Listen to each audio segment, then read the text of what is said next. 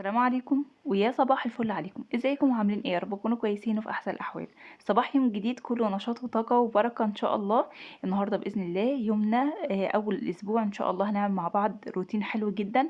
وكمان هنتكلم النهارده في ميزانيه اسبوعيه، ازاي نوفر على قد ما نقدر، وازاي ان احنا كمان لو احنا بناخد مصروفنا في الاسبوع ازاي ان احنا نقدر نمشي بيه طول الاسبوع وما نحتاجش ان احنا نقول بقى لجوازاتنا او مثلا نستلف او نعمل حاجات من دي. فهقول لك على افكار حلوه جدا جدا هتساعدك لو انت ميزانيتك بالاسبوع. فالفيديو ده ان شاء الله هيفيدك وهيعجبك ان شاء الله. فيلا بينا نبدا على بركه الله. في البدايه كده يا بنات هنصلي على سيدنا محمد، اللهم صل وسلم وزد وبارك على حبيبنا محمد صلى الله عليه وسلم. واول عادات يا بنات بنعملها اول حاجه ما بنصحى من النوم، اول حاجه هي ان احنا نصلي. طبعا لو احنا ما صليناش الفجر نصلي بقى نصلي صبح، وكمان نعمل ورد يومي نعمله. بجد هيفرق معانا تماما، هيحسسك ان انت في حته تانية بجد، وهيديلك طاقه ايجابيه وهيحسسك بانك مطمنه كده دايما، وكمان بيطرد اي طاقه سلبيه في البيت. فده حاجات اساسيه لازم تعمليها، وصدقيني بيخلي طول ما انت عندك سلام داخلي، طول ما انت عارفه تفكري كويس، عارفه تدبري امورك، عارفه تمشي بيتك كويس قوي. بعد طبعا ما عملنا الخطوات دي كلها، اول حاجه لازم نعملها، ودي عادات صباحيه لازم تعمليها، ان انت اول حاجه بعد ما تخلصي صلاه والورد وكل حاجه تروحي دايما على الحمام تغسليه، وكمان تعملي دوره غسيل. طبعا دي بتفرق معاكي كتير قوي، لان طبعا اول باول بتغسلي هدومك فمش بيبقى متراكم عندك حاجات كتير يعني.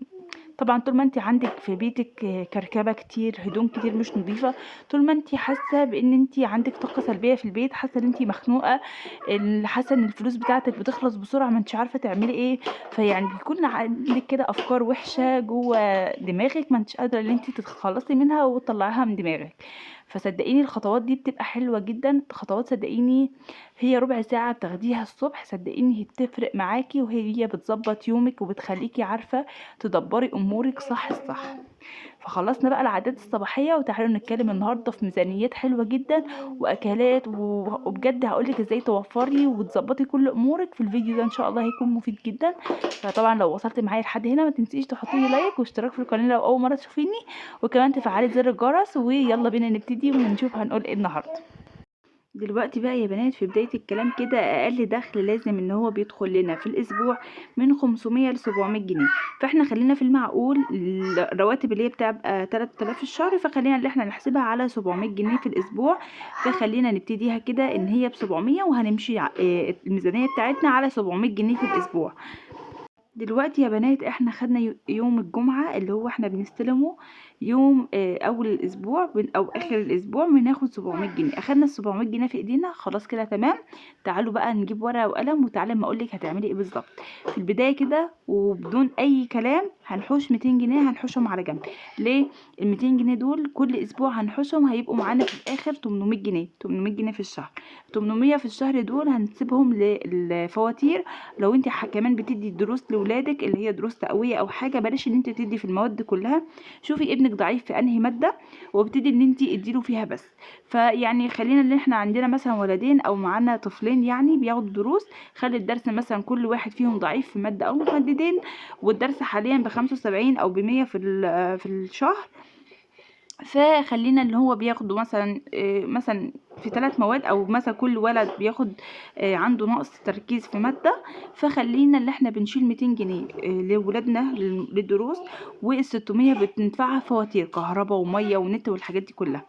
ازاي؟ اقولك دلوقتي نظام الكارت يا بنات هو احسن نظام ان انت تستخدميه، اللي هو الكارت اللي هو زي الشحن. بنستهلك كهرباء على مهلنا، وما بيجيلناش فواتير غير الفاتوره اللي احنا استهلكناها.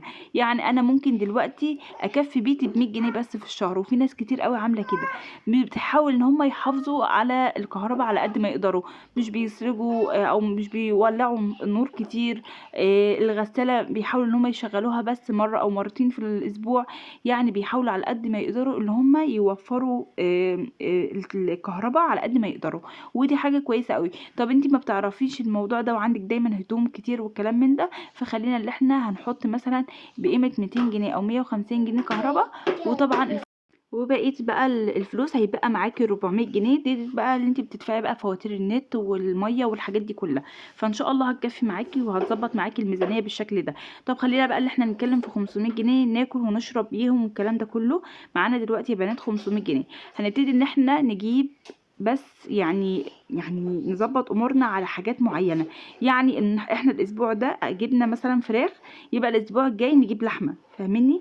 الاسبوع ده هناكل فراخ مثلا وسمك، الاسبوع الجاي هناكل لحمه وسمك. السمك من الحاجات الموفره الرخيصه، وفيها كل الفيتامين ويعني فيها كل حاجه احنا محتاجينها لجسمنا وجسم ولادنا. فاحنا دايما نخلي السمك عندنا وجبه اساسيه. طيب هنجيب قد ايه والكلام ده كله، كل حاجه ان شاء الله محسوبه وهقولها لكم على الشاشه كمان عشان تكونوا واخدين بالكم، وهقولها لكم بالتفصيل باذن الله. طبعا يا بنات اهم حاجه برضو لو انت برضو الفواتير عندك بتبقى اقل من مثلا 600 جنيه في الشهر، فاحنا بقى ممكن ان احنا مثلا نخنصر كده 100 جنيه، نخنصر مثلا 50 70 على قد ما نقدر. دول بقى بنعمل بيهم ايه؟ دول مثلا لو احنا بناخد تموين ومش مكفينا، فاحنا ممكن نجيب بقى زياده، مثلا ازازه زيت في الشهر، مثلا اللي هي ازازه اللي هي الواحد رتل، طبعا مع التموين اللي احنا بناخده فهتساعد. او مثلا نجيب سمنه او حاجات من دي اللي هي الحاجات اللي هي بتاعه الشهر دي، فاهمني؟ فخلينا احنا دلوقتي بقى نتكلم في ميزانيه اسبوع. هتكلم معاكم على يعني هتكلم معاكم على ميزانيه كل اسبوع باسبوعه لحد ان شاء الله ما نخلص الشهر، واقول لك على افكار حلوه جدا ان شاء الله هتساعدك وهتوفر عليكي كتير قوي قوي. فخلينا نسمي الله كده ونصلي على سيدنا محمد. اللهم صل وسلم وبارك على حبيبنا محمد صلى الله عليه وسلم. ويلا بينا نقول اول حاجه معانا ايه. احنا يا بنات كده في البداية هنقسم البنود او المصروف بتاعتنا على 5 بنود ان شاء الله. هنتكلم في كل بند بالتفصيل وهقولك تعملي ايه بالظبط. دلوقتي احنا معانا 500 جنيه هنقسمها زي ما انتم شايفين كده على كذا بند. اول حاجة بند اللحوم. النهاردة اول اسبوع ده هنجيب مثلا لحوم وهنجيب سمك، فهنجيب دلوقتي ب150 لحمة مفرومة، هنجيب كيلو الا ربع من اللحمة المفرومة، وهنجيب ب80 جنيه سمك، او على حسب السمك اللي عندك. يعني انت ممكن تجيبي سردين كيلو ونص ب60، وممكن تجيبي بولتي او بوري الكيلو منه ب80 جنيه وتقطعيه كده على قطع، وهيعمل معاكي وجبة حلوة جدا تكفي ان شاء الله 4 اشخاص. فمعاكي 80 جنيه اسماك زي ما تحبي. عرفتي توفري منهم حاجة وتجيبي حاجة تانية مختلفة تمام، ما عرفتيش يبقى ال80 جنيه دول مظبوطين جدا على الاسماك. وكيلو الا ربع لحمة مفرومة بجد هيفرط معاكي وهيدي معاكي، هيرمي معاكي كمية حلوة قوي. ممكن تعملي 3 وجبات 3 ايام لحمه مفرومه. وهقول لك على اصناف كتير جدا تعمليها. ممكن تعملي الحواوشي، ممكن كمان تعملي كفته، او تعملي صينيه رقاق او بشاميل او جلاش. فهيعمل معاكي ما شاء الله اكلات حلوه جدا جدا وبكميه قليله ان شاء الله. طيب خلصت كده عملنا اللحوم. حوالي اللحوم عاملة 230 جنيه من ال500 جنيه تمام. وهنا بقى دخلنا على بند الخضار. هنجيب خضار وفاكهة بقد ايه. معانا عاملة هنا بند الخضار والفاكهة عاملة له 120 جنيه. هنجيب ب20 جنيه طماطم وب5 خيار وب5 فلفل وب5 بتنجان و20 بطاطس و20 بصل. تمام، يبقى احنا كده مجموع الخضار بتاعنا 75 جنيه. باقي معانا طبعا حوالي 45 جنيه. دول هنجيب بيهم مثلا نوعين او 3 من الفاكهة. ازاي؟ هقولك دلوقتي البطيخ عامل 25 جنيه في السوق، فاحنا ممكن ان احنا نجيب مثلا بطيخة ب25. ونجيب كمان الموز دلوقتي الكيلو وربع ب10، والكويس اوي الكيلو ب10، فممكن تجيبي برضو كيلو موز نوع من انواع الفواكه. وكمان باقي معاكي 10 جنيه. ممكن تجيبي دلوقتي الفراولة الكيلو ب5، وانا شايفة اسعار كتير كده عند الناس كتير الكيلو ب5. ممكن تجيبي انت 2 كيلو ب10. وممكن كمان ان انت بقى تعملي منها علبة مربى كده تبقى للفطار حلوة جدا وهتبقى اقتصادية معاكي وزي الفل. يبقى احنا كده عملنا بند الخضار ب120 جنيه. يبقى احنا كده صرفنا من الفلوس ما شاء الله 230 جنيه و120. يعني احنا باقي معانا كده 100 جنيه من ال500 جنيه. دلوقتي بقى معانا 100 جنيه هنقول لك بالظبط هتجيبي ان شاء الله.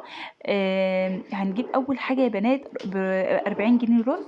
هنجيب 2 كيلو رز كده من هو الكيلو ابو 20 جنيه. بلاش ان انت تجيبي السعر عالي قوي، هات اللي هو السايب العادي ابو 20 جنيه، هيبقى معاكي حلو برده كل حاجه. اهم حاجه في طبيخه ان انت بتظبطي المعيار الميه بتاعه، وتحاولي ان انت لو هو مثلا بيعجن معاكي او حاجه بتروحي انت مثلا يعني عاملاه كده في معلقه زيت وتشوحيه كويس قوي، مش هيعجن معاكي وهيبقى زي الفل. وهتجيبي كمان ب15 مكرونه، هتجيبي حوالي المكرونه هتجيبي كيلو مكرونه ب15، وهتجيبي كمان ب15 شعريه، نص شعريه على نص لسان عصفور، برضو من الحاجات الحلوه جدا اللي هتوفر معاكي في كميه الرز. يعني لو انت ما بيكفيكيش 2 كيلو في الاسبوع، فالشعريه واللسان العصفور برضو هيزودوا معاكي الكميه وهيخلوا معاكي الكميه حلوه جدا ان شاء الله.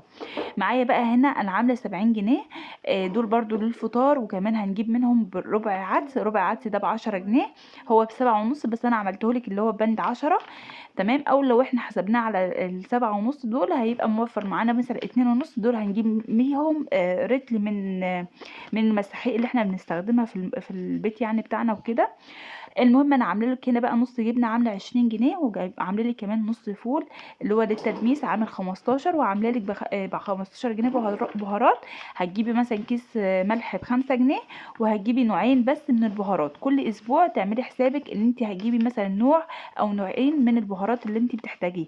مثلا خلينا اول اسبوع الحاجات اللي احنا المعتاده عندنا: الفلفل والفلفل الاسود والكمون، او ممكن تجيبي بدل الكمون تجيبي اللهم صل عليك يا نبي، تجيبي من بهارات اللي هو ال7 بهارات، وكده يبقى انت ضربتي عصافير كتير بحجر واحد. تمام. هيبقى معانا حوالي برضو 10 جنيه او 12 جنيه ونص. هتجيبي صابونه بريحه، وهتجيبي كمان اللي هي ب5، وهتجيبي رتل صابون سائل ورتل كلور. او مثلا لو انت مش محتاجه كلور ممكن تجيبي ب5 جنيه كيلو من اللي هو المسحوق اللي هو الفرط الاوكسي، او اللي هو البودر، او التاني بيبقى ب5 جنيه كيلو. فده برضو جميل جدا وهيوفر معاكي كتير قوي. ده اول اسبوع مشيناه كده الحمد لله، واحنا مطمنين ان احنا معانا الرواتب، مش الرواتب، اللي هي الحاجات اللي هي الاساسيه، اللي هي الفواتير الاساسيه. وكمان مليتي بيتك بالخير، عملتي وجبات ما شاء الله، عملتي 3 وجبات لحمه مفرومه، وعملتي وجبه سمك، وعملتي وجبه عدس. وطبعا تقدري ان انت بقى تعملي بعد كده وجبه مثلا بواقي اكل بقى معاكي، طبعا 3 ايام ممكن ان انت بقى تعملي فيهم اي حاجه، يعني مثلا تقلي بطاطس، تقلي بتنجان، وتاكلهم بعيش. برضو الوجبات دي بتبقى حلوه جدا برضو معاكي. ممكن تجيبي لو بقى مثلا معاكي فلوس من الخضار، ممكن تجيبي مثلا ربطه ملوخيه وتعمليها في مره مع واحده مرقه كده وبدل الشوربه، وهتبقى معاكي تمام جدا.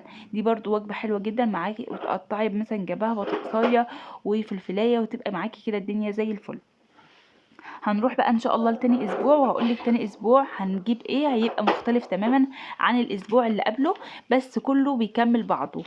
تمام. هنجيب دلوقتي بقى تاني اسبوع، هنجيب المره دي فراخ، هنجيب مثلا نص بانيه، وهنجيب نص كبده، وهنجيب كمان نص مفروم لحمه مفروم. يبقى احنا عاملين كده 225 جنيه ميزانيه اللحوم. هنجيب فيها نص بانيه ونص كبده ونص لحمه مفروم. نص البانيه عامل 100 جنيه، ونص الكبده عامل 25 جنيه، ونص اللحمه المفرومه عامل 100 جنيه.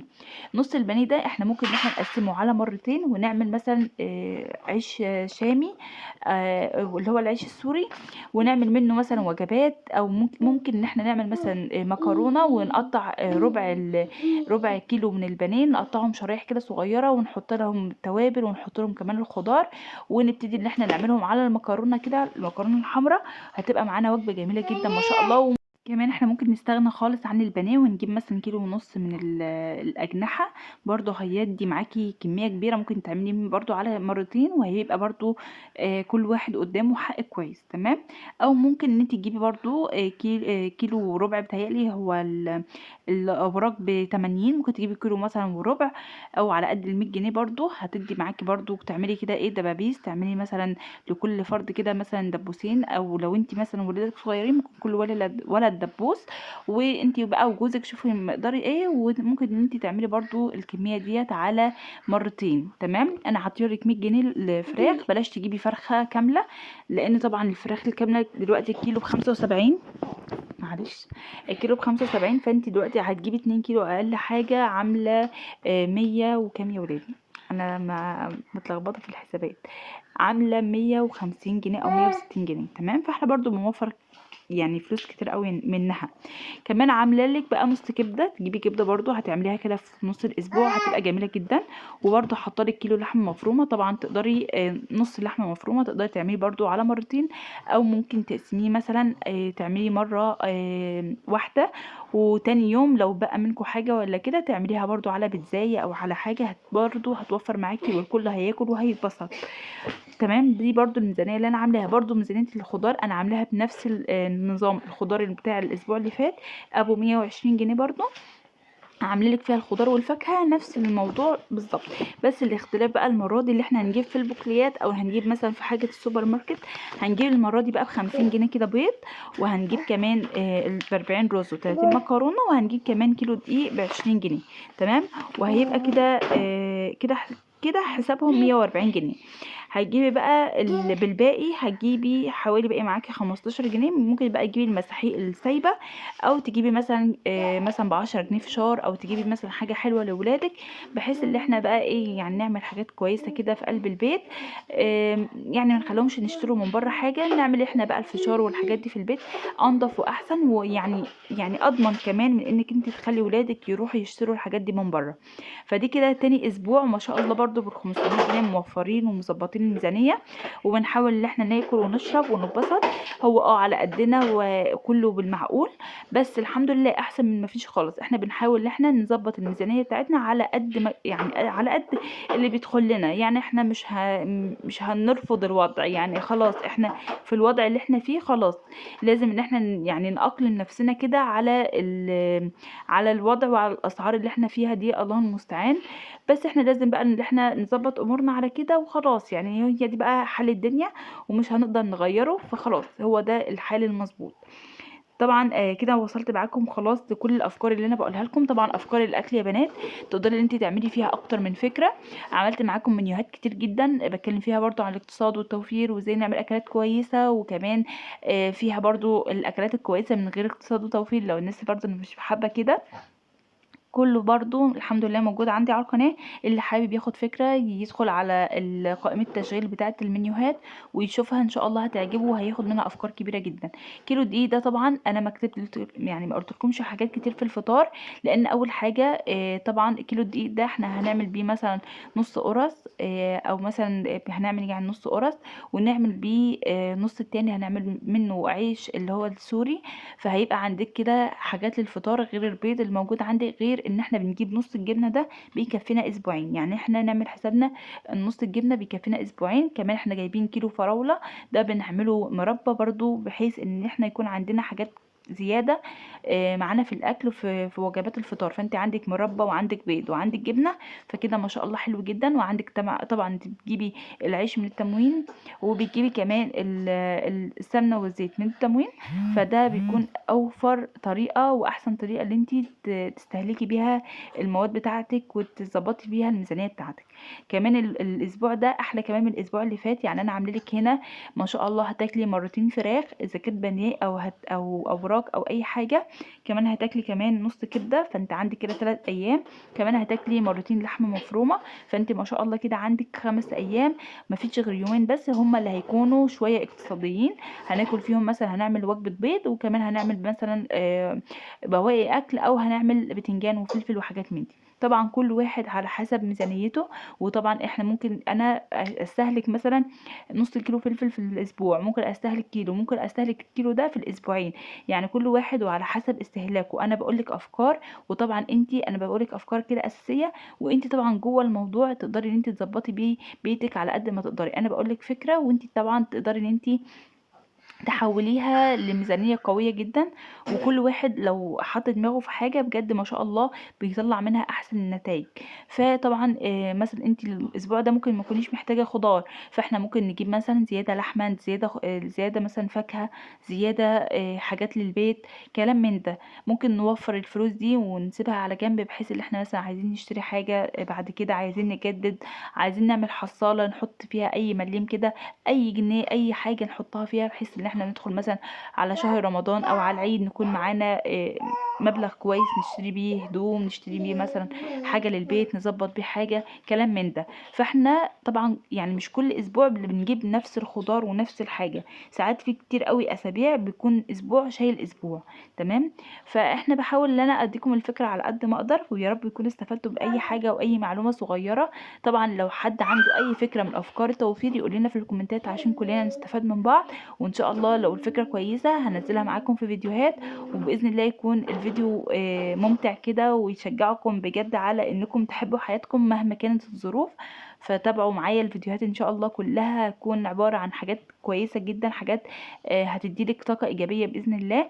فان شاء الله الفيديوهات بتاعتي تكون حلوة كده وتعجبكم. زي ما انتم شايفين كده عملنا صينية جلاش حلوة كده، وبرده دي بربع كيلو بس من اللحمة عملناها ما شاء الله، عملت معايا الكمية دي. فباذن الله الوصفه دي برضو نزلت لكم بالتفصيل واتكلمنا فيها بالتفصيل في المنيو اللي فات، فشوفوه لو محدش شافه روحوا شوفوه. ويلا اشوفكم على خير. متنسوش طبعا لايك في الفيديو، اشتراك في القناه، وتفعلوا زر الجرس. واشوفكم ان شاء الله على خير، وباذن الله اشوفكم في فيديوهات تانية كتير. ومع الف سلامه.